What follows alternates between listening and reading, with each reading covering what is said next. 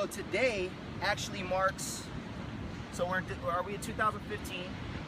This marks 11 years since my hero on earth passed away. Okay, so my mom, she passed away on this day. She was 52 years old, young, 52 years old.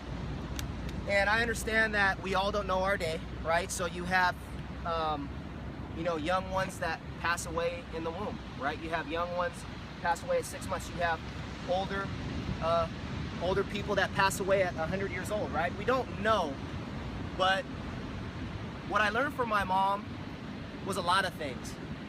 But one thing that I learned from her, and I remember it, is growing up here in Oceanside. It was my junior high. It was junior high, and I was heading to Martin Luther King Jr. Middle School. And you go down Mission from my house, and it's right up Oak Grove. It's a nice big hill.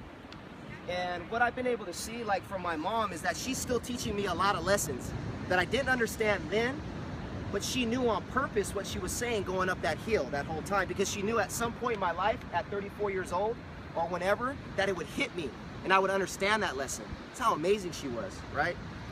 And so I have unconditional love for you, right?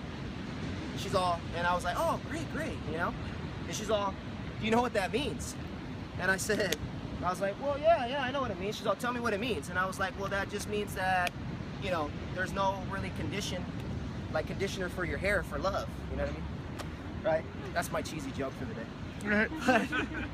But the unconditional love, right? I didn't really know what it meant. And so she went in depth. And basically what she said, that no matter what you do, Anthony, no matter what you do in your life, right? Whether you become whether you become a success or whatever we deem as a success, right? Or if you become a failure, right? Whatever we deem as a failure, right? Because perception's a reality, right? We all have our different successes or failure, and we have our definition for those things.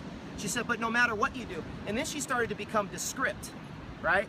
She told me, well, there's another thing that I want you to do, is she said, Anthony, I want you to make sure that I don't want you to drink or do drugs. Can you promise me that? That was the second thing. And I thought about it at 13, because I actually had friends that were selling drugs on the campus at that time, right? Great friends, awesome friends. Friends that were already asking me to drink alcohol and all that type of stuff. So I had to really think about it, because they were really cool guys, you know, and I really looked up to them, and I still do. And so I had to really think about it, because to be a part of that place, or be a part of that peer group, I knew that I had to do that, probably to be their friend. But I thought about it, and I said, yeah, I won't do that, Mom, right? And so, to fast forward the story, because I could talk about it for an hour, what I learned now is that she knew that I was going to make mistakes, right?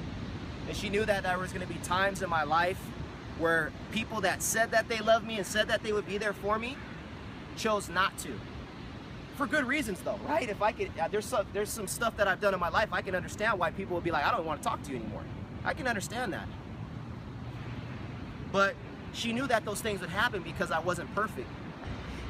Oceanside on 3. Oceanside on 3. There we go, let's do it, let's do it.